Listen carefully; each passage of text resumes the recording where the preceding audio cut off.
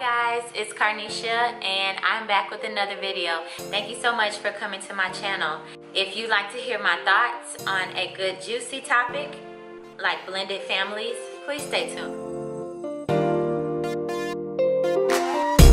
Alright, so blended families is a great topic. I know a lot of people who are experiencing blended families, struggles, triumphs, joys, pains of blended families, and I want to share my personal experience. Hopefully something that I've experienced will help you along the way, and leave a comment below if you have any tips or pointers on how to deal and what's the best way to deal with blended families. So really in every serious relationship I've ever been in was a blended family. I remember I was probably like 19 or 20, and my first little boyfriend who had a son, and it was a very interesting experience because I had no reference of blended families. I was raised in a two-parent home with just my parents and my sibling, and I probably knew of family members who had a blended family situation, but at that age I really wasn't aware of what it was. And so when I was 19 and I was dating this guy and he had a little son, and it was just really like a ready-made family because I really liked his son, and it was just a cool situation. But as anything, that there are challenges and there are things you're going to have to work through. And so over the years, I've experienced a lot with blended families, with mates that have children or a child, and I just want to share a few tips on what I do to get through it. So first of all, let me say this: blended families are not, it's nothing wrong with having a blended family. I personally think it is a joy because you have instant, ready-made people that you can learn to love and be in relationship with. And I'm just a really big supporter of the more the merrier. And so a blended family is just like anything. It's going to be what you make it. If you go into the situation with a negative outlook and feeling like it's going to be a tough road, then it probably will be for you. But if you go in with a positive attitude, with a plan, ready to make things work, and also being very flexible and very free-flowing, it can be a great and very rewarding experience. And honestly, that's what it's been for me. Really, you gotta have a great outlook, a great perspective. The situation may not change, the other people involved may not change, but if you decide that you're gonna have a positive outlook and a positive perspective on your blended family and how y'all are gonna operate, then it can be a great experience. So I just want you to keep that in mind. It's all about your perspective and all about your attitude towards the situation. So point number one, the first thing that I would recommend to any woman or man or person dealing with a blended family is you have got to pray. You got to pray, pray, pray. You've got to keep your blended family lifted up in prayer, that the interactions will be a blessing, that there will be minimal issues, minimal conflict, and that everything will go smoothly. And I've been a witness of seeing God smooth out situations because of my heart towards him in prayer. And so the first thing I want you to do is just cover the situation in prayer. It doesn't have to be anything deep and wonderful, but just give your heartfelt thoughts to God and ask him. Let him know that you're thinking about it and that you're very mindful of the situation and that you want it to be smooth. Okay, so number two is you gotta get out of your feelings. Get out of your feelings. Say this with me. It's not all about me. No, say it, like literally say it. It's not all about me. Don't let your emotions get in the way of what could be a blessing to you and your relationship. Oftentimes, the children will go through changes regarding meeting you or meeting the new maid or a number of things. They'll be going through changes, and you've got to remember 9 times out of 10, it's not about you. It's about the changes that they're going through. And so sometimes it is difficult and you might be a casualty in the battle, but you got to decide what relationships are worth fighting for. And if this is something that you feel you and your mate are going to be long term, you've really got to stay out of your feelings and do what's best for the situation. Number 3, keep the children a priority. I'll say that again. Keep the children a priority. You would think that this is an automatic principle. You would think that people would just do this automatically, but unfortunately I've been a witness that this is not the case. People get sidetracked by a money amount. People get sidetracked by arguments, petty disagreements, and it makes it very difficult to cultivate a good, situation when you've got so many darts flying in all different directions and they have no focus. Be sure and keep the children a focus. If you make a blended family feel good to the children, if they feel wanted, if they feel warm, if they feel welcome, if they feel like somebody is paying attention to them, it could be a really good experience. So please make sure that you keep the children first, keep them a priority. The emotional, physical, and mental well-being of the children should be the focus of all adults involved. Number 4. Work to build a relationship with the children or the child. I remember when I was first in a relationship, he had a very young son, sweet little child, just a great kid.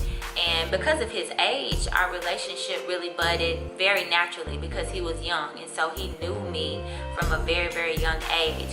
And I just remember you have to be intentional about forming your own relationship with the child, especially if you're the step parent or the bonus parent, whatever you want to call it. So just try to be intentional. Remember what type of foods they like and don't like. Remember what their hobbies are. If they love video games or whatever the case may be, just try to pay attention to those little nuances that the child likes, to let them know that you're paying attention and you really do care about them and you want to build a relationship with them. So try to keep the children a priority and work to build that relationship day by day. Every time you see them, make it a point. I also want to say this. As you work to build a relationship with these children, make sure that you don't try to compete with their biological parents.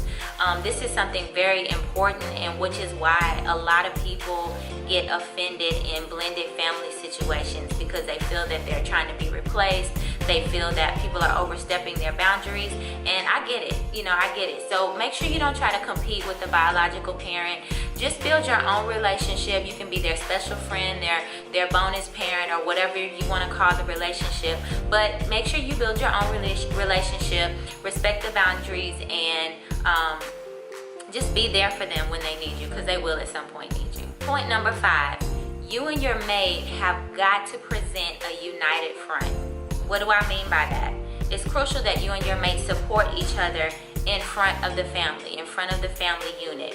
If you disagree on an issue, try to disagree and work that disagreement out behind closed doors. You never want to let outsiders know that there may be a crack in the foundation. You always want to present a united front to let them know you all support each other, you support what the other one is saying, and etc., etc. Sometimes children will only respect your mate as much as you require them to. So it's very important that you all stick together, do what's best for the unit, and present a united front. Number 6 is never, never, never talk negatively about the other parent in front of the children. I know this can be hard, especially when emotions are high, but please at all costs resist the urge. This is a true sign of maturity if you can avoid doing this. I remember a long time ago, I remember finding out that my bonus son's mother was talking bad about me, even though I had never done anything to her. And that was really disheartening for me, especially as a young mother. I had an infant of my own and just trying to figure things out. My marriage was kind of on the rocks, and it was just like a continual battle. And so you've got to make a point to never speak negatively about another person in front of the children. I was blessed to have mentors that have always walked with me in the midst of, having a blended family, having a young baby, in the midst of when I got divorced. And so I've always had people in my corner to help instruct me, and that was one of the main things my mentor always told me, even regarding my daughter's father. No matter how frustrated I may be or what the situation may be, never talk negatively in front of that child. You want to display the utmost maturity at all times and quite frankly, talking about it and venting about it to everybody is not going to help. Just do what you have to do behind closed doors. Keep the lines of communication open, but never paint their parent in a negative light. Number 7, always, always, always support your mate as they support their children that live outside of your home. Quite frankly, very plain and simple, never make them choose between you and their child.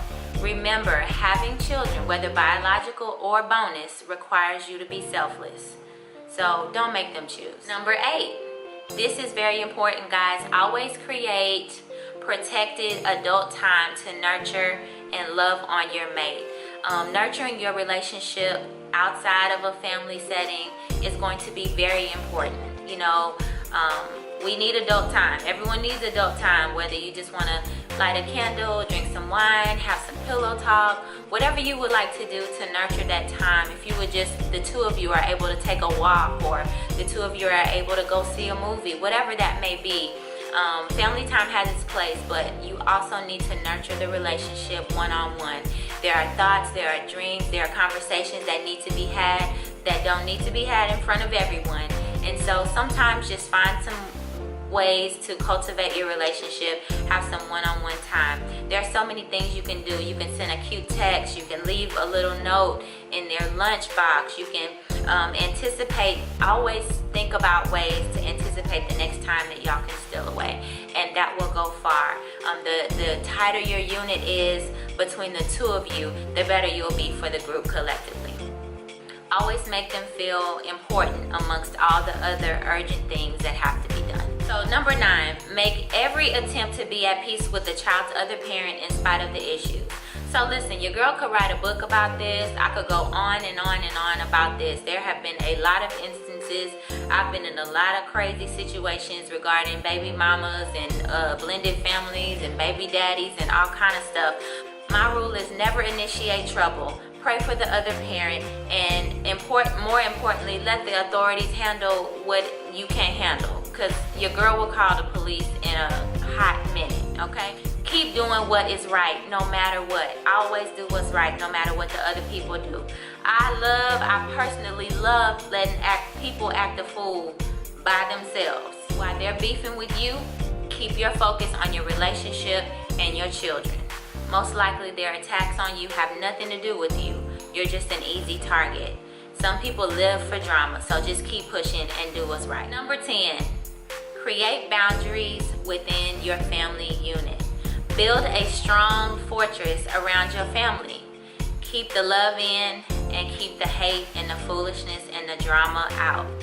And as much as your mama and your auntie and your grandmother and all of them have opinions on what you need to be doing, the decisions need to be made between you and your mate, what is best for the unit.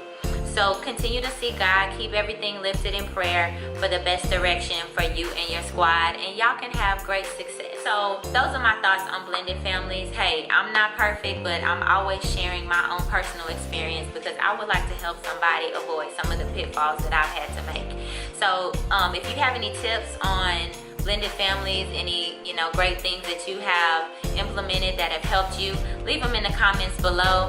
And remember, family is so important. Those people that you were born into and married into are yours, so take good care of them and love unconditionally. That's all I have for you today. I hope you have a wonderful week, and we'll see you next week. Bye.